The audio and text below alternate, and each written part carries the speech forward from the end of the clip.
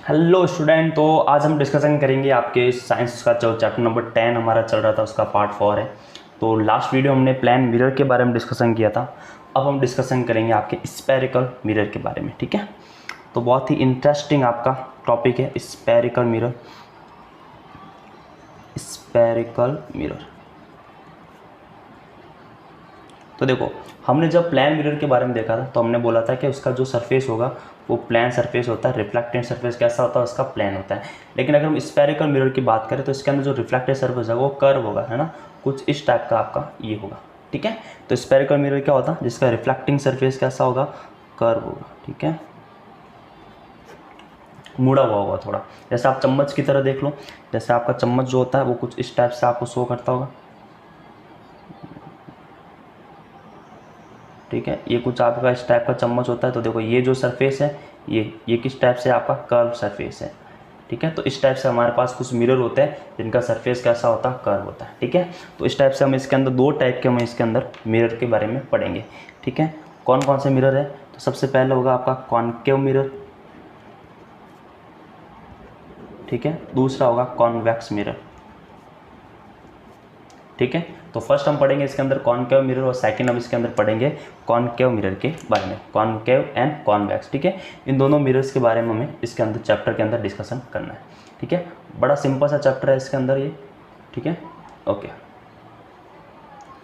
Okay, तो देखो अब है क्या मिरर, तो सबसे पहले इस बात को समझो। जैसे मान लो कि आपके पास ये पूरा का पूरा स्पेयर है, पूरा का पूरा आपके पास क्या स्पेयर है, गोला है आपके पास पूरा का पूरा। अगर मैं इसका इतना सा पार्ट करके इसको अलग कर देता हूँ, ठीक है, और इस पर मैंने क्या कर दिया, मैंने इसको एक तरफ से क्या कर दिया, पॉलिश्ड कर दिया, ठीक है। तो अब इसको पॉलिश यहाँ से भी कर सकते हैं और हम चाहते तो पॉलिश इसको यहाँ से भी कर सकते थे, अंदर से भी। अभी बाहर से क्या हुआ है, और इसको चाहते तो हम अंदर से भी इसको पॉलिश कर सकते थे। तो देखो जब मैं बाहर से करूँगा ये रिफ्लेक्टेड इसका सरफेस हो जाएगा, और इस कंडीशन में ये इसका क्या हो जाएगा, रिफ्लेक्टिंग सरफेस हो जाएगा। तो इसी बेस पे हमारे पास एक मिरर कॉनकेव हो जाता है और एक मिरर क्या होता है, कॉन्वेक्स हो जाता है, ठीक है।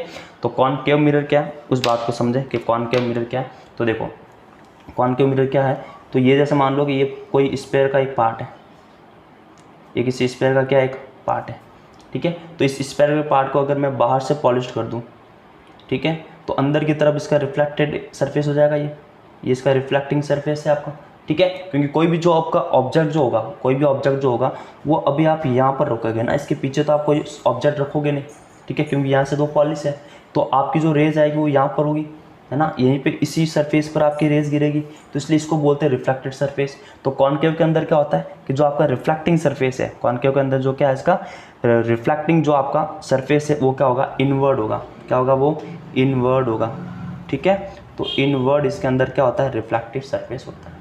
और कॉन्वेक्स का क्या हो जाएगा, तो देखो कॉन्वेक्स को देखो ध्यान से देखो, ये आपके पास कोई मिरर है, आपने इसको अंदर की तरफ से क्या कर लिया, अंदर की तरफ से आपने इसको पॉलिश कर दिया। तो अब जो रिफ्लेक्टेड सरफेस होता है वो आउटवर्ड होगा, है ना, बाहर की तरफ आपको दिख रहा होगा, ठीक है। तो इसका जो आपके पास कॉन्वेक्स जो है, कौन सा मिरर है आपके पास, कॉन्वेक्स मिरर है, इसका जो रिफ्लेक्टेड सरफेस होगा वो आउटवर्ड होता है। कैसा होता है, आउटवर्ड। और इसका क्या हो जाएगा, आपका इनवर्ड हो जाएगा, ठीक है। तो यहाँ तक तो आपको बात समझ में आ गई कि कॉनकेव मिरर क्या आपका इनवर्ड है और कॉन्वेक्स कैसा आपका आउटवर्ड मिरर होता है, ठीक है। तो आई होप ये बात आपको समझ में आ गई होगी। अब देखो, अब ये जो आपका कॉनकेव मिरर है, ठीक है, अगर हम कॉनकेव मिरर की बात करें, ये आपका मान लो ये आपका कॉनकेव मिरर बना हुआ है, ठीक है, ये आपका कॉनकेव मिरर है। अभी हम सारी टर्म्स पढ़ेंगे क्या क्या, ठीक है। यहाँ पे आपका P होता है, यहाँ पे आपका F होता है, यहाँ पे आपका C होता है, सारे टर्म अभी हम डिस्कशन करेंगे। तो अभी आपको क्या देखना है कि इसके अंदर जो भी आपके पास ऑब्जेक्ट की रेज आएगी, ठीक है, वो रिफ्लेक्ट होने के बाद क्या होगी, सबकी सब कन्वर्ज हो जाती है, सबकी सब एक ही जगह इकट्ठा हो जाती है, सबकी सब क्या हो जाती है, कन्वर्ज होती है। इसलिए हम कॉनकेव मिरर को कन्वर्जेंट मिरर भी कहते हैं। क्या बोलते हैं, तो कॉनकेव मिरर को हम बोलेंगे कन्वर्जेंट मिरर, ठीक है। क्या बोलेंगे इसको, कन्वर्जेंट मिरर भी बोलेंगे, क्योंकि सारी रेस को क्या करता है, कन्वर्जिंग कर लेता है, ठीक है। इसको हम बोलेंगे डाइवर्जेंट, ठीक है, इसको हम क्या बोलेंगे, डाइवर्जेंट इसको बोलेंगे। तो ये हो जाएगा आपके पास डाइवर्जेंट मिरर, ठीक है। तो ये क्या करता है, ये सारी रेस को क्या करेगा, डाइवर्स करेगा, सारी रेस को क्या करेगा, डाइवर्स करेगा। अभी हम सब इसके इंपॉर्टेंट टर्म्स के बारे में बात करेंगे, तब आपको इसको एक बार और मैं इसको बता दूंगा, ठीक है। तो अभी आप ये ध्यान रखना, concave mirror is also known as the convergent mirror and convex mirror is also known as divergent mirror, ठीक है। तो यहाँ तक आपकी बात समझ में आ गई। अब हम करते हैं कुछ इंपॉर्टेंट टर्म्स के बारे में बात, ठीक है। तो देखो सबसे पहले क्या है, सबसे पहले हम बनाते हैं एक मिरर, ठीक है। मैं अभी कॉनकेव मिरर की बात कर लेता हूँ। तो ये हमने कोई कॉनकेव मिरर बनाया, ठीक है। ये कॉनकेव मिरर क्या होगा, ये किसी ना किसी तो स्क्वायर का पार्ट होगा। तो ये कॉनकेव मिरर क्या है, ये किसी ना किसी तो स्क्वायर का पार्ट होगा। तो इस स्क्वायर का पार्ट होगा तो इसका कोई ना कोई तो सेंटर होगा, और उसी सेंटर को हम इस मिरर का, जो स्क्वायर का मिरर आपको दिख रहा है कॉनकेव मिरर, इसका हम सेंटर ऑफ कर्वेचर बोलते हैं। तो इसको सी से डिनोट करते हैं। तो सबसे पहले हम इसके बारे में क्या पढ़ना पड़ेगा आपको, सेंटर ऑफ कर्वेचर के बारे में पढ़ना पड़ेगा, सेंटर ऑफ कर्वेचर, ठीक है। तो सेंटर ऑफ कर्वेचर के बारे में हम इसको पढ़ेंगे। तो सबसे पहले इसको हम सी से डिनोट करेंगे। तो सेंटर ऑफ कर्वेचर आपको समझ में हो गया कि भाई ये जो आपके पास मिरर है, वो जिस स्क्वायर का पार्ट ना, उसका जो सेंटर होगा वो उसी का क्या होगा, सेंटर ऑफ कर्वेचर होगा। अब ये आपके पास जो रिफ्लेक्टेड जो आपका सरफेस है, या ये आपका जो मिरर है, इसका कहीं ना कहीं आपका मिड पॉइंट होगा। क्या होगा, आपका मिड पॉइंट होगा, उसको हम बोलेंगे पोल। क्या बोलेंगे, पोल। तो सेकेंड आपको इसके अंदर क्या पढ़ना है, आपको पोल के बारे में पढ़ना है, ठीक है। थर्ड आपके पास क्या है कि इस सेंटर ऑफ कर्वेचर और पोल को मिलाने वाली यानी एक जॉइनिंग लाइन होती है, जो एक इमेजरी लाइंस होती है, ठीक है। इसको हम बोलेंगे प्रिंसिपल एक्सिस। इसको हम क्या बोलेंगे, तो इसको हम बोलेंगे प्रिंसिपल एक्सिस, प्रिंसिपल एक्सिस, ठीक है। तो इसको हम बोलेंगे प्रिंसिपल एक्सिस। तो सी और पी हो गया, और थर्ड आपके पास क्या आ गया, प्रिंसिपल एक्सिस, प्रिंसिपल एक्सिस, ठीक है। अब होगा क्या कि अगर मान लो इसकी कोई लाइन कोई पैरेलल जा रही है, ठीक है, तो वो रिफ्लेक्ट होने के बाद प्रिंसिपल एक्सिस के जिस पॉइंट से पास होती है, रिफ्लेक्ट होने के बाद प्रिंसिपल एक्सिस के जिस पॉइंट से ये पास होती है, इसको हम क्या बोलते हैं, प्रिंसिपल फोकस बोलेंगे। क्या बोलेंगे, प्रिंसिपल फोकस। तो फोर्थ आपके पास कौन सी टर्म है, प्रिंसिपल फोकस।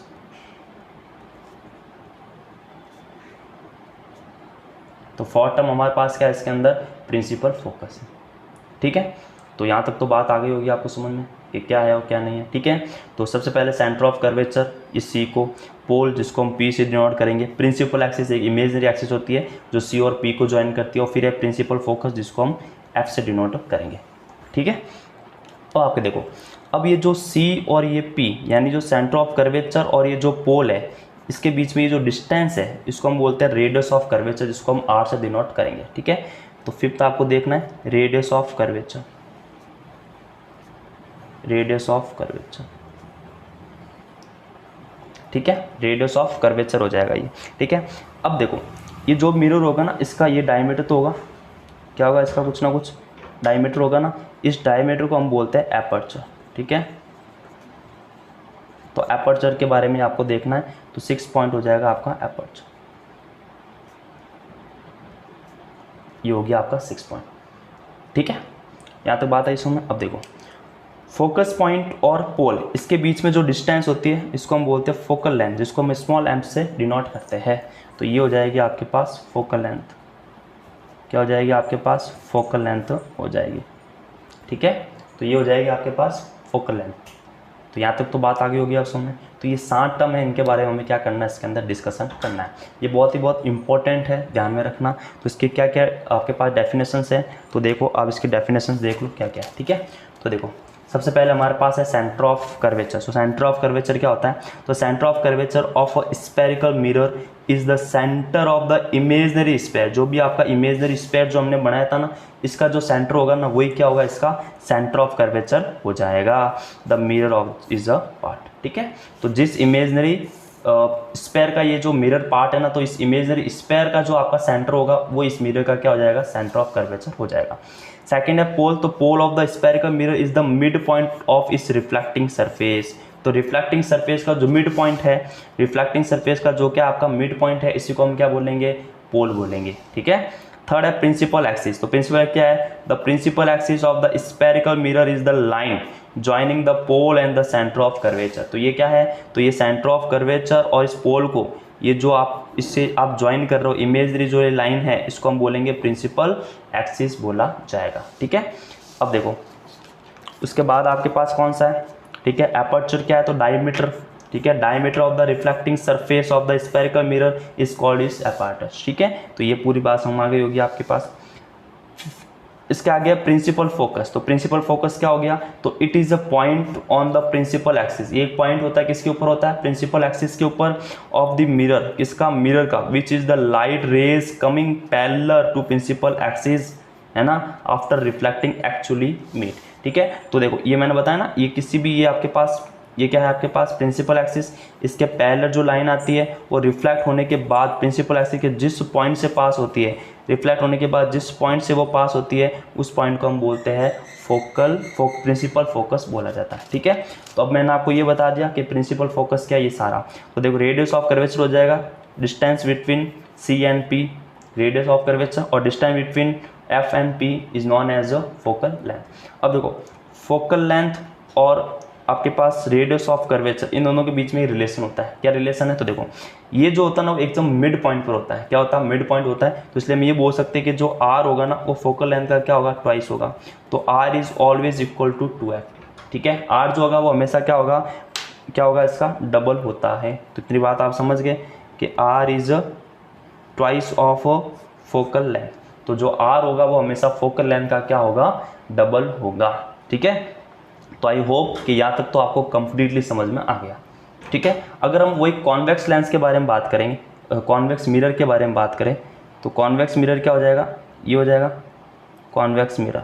तो इसका देखो यहाँ पे P होगा, लेकिन इसका जो स्पेयर का जो पार्ट देखेंगे वो इस टाइप से बनेगा। तो देखो जहाँ पर आपका रिफ्लेक्टेड सरफेस नहीं है ना, उसके ऑपोजिट साइड इसका क्या होगा, F होगा, और इसके ऑपोजिट साइड में क्या होगा, इसका C होगा। ठीक है, पोल यहाँ पर है और ये आपकी पूरी की पूरी इमेजिनरी लाइन। अब जो ऑब्जेक्ट होगा वो हम यहाँ पे प्लेस नहीं करेंगे, वो ऑब्जेक्ट जो होगा वो आपका यहाँ पर प्लेस होगा। अब ये साइड रेस को क्या करता है, डाइवर्स कर लेता है। साइड रेस को क्या करेगा, ये डाइवर्स करेगा, और पीछे की तरफ एक्चुअल में ये मीट नहीं होता, इसको अपीयर दिखाई देता है मीट होने जैसा। ठीक है, अपीयर टू मीट। तो इस टाइप से ये आपका कॉन्वेक्स मिरर के अंदर बनता है, और इस टाइप से आपका बनता है कॉन्केव मिरर के अंदर बनता है। तो आई होप कि ये बात आपको यहाँ तक कंप्लीटली आपको समझ में आई होगी कि क्या पर है।